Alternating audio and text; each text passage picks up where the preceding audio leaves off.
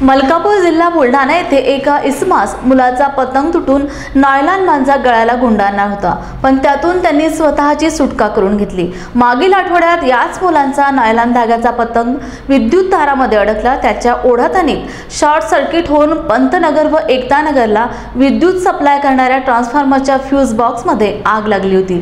त्यामुळे 3 तास विद्युत पुरवठा बंद होता। या धाग्यामुळे कित्येक टू व्हीलर चालकांचा जीव गेलाय, कित्येक जायबंदी झाले। पूर्ण देशात या धाग्यावर बंदी असताना पतंग शौकीनांना हा धागा कुठून उपलब्ध होता याचा पोलीस विभागाने शोध घेऊन या नायलॉन मांजाच्या संकटातून नागरिकांना अपघात मुक्त करावे ही विनंती आहे। मी पत्रकार यांके हिवराडे, लॉर्ड बुद्धा प्रतिनिधी, मलकापूर, जिल्हा बुलढाणा।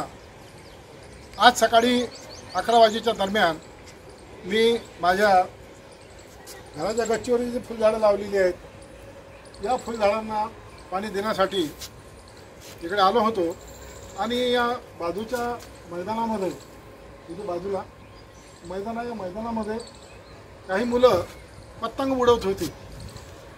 त्यातील एका मुलांचा पतंग कटून आणि तो धागा माझ्या, हा धागा आहे तो, हा धागा माझ्या गळ्याभोवती गुंडाळणार इतक्यामध्ये मी तो सीताफीने बाजूला केला।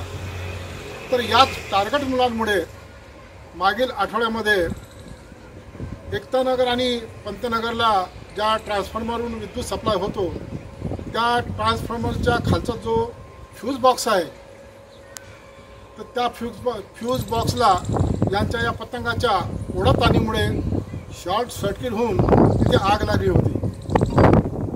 तर या नायलॉन धागा आणि या मांजामुळे या देशामध्ये कित्येक लोक टू व्हीलर धारक, टू व्हीलर चालक तो पाठीमागे बसणारे कित्येक मरण पावलेले आहेत, कित्येक जायबंदी झालेले आहेत।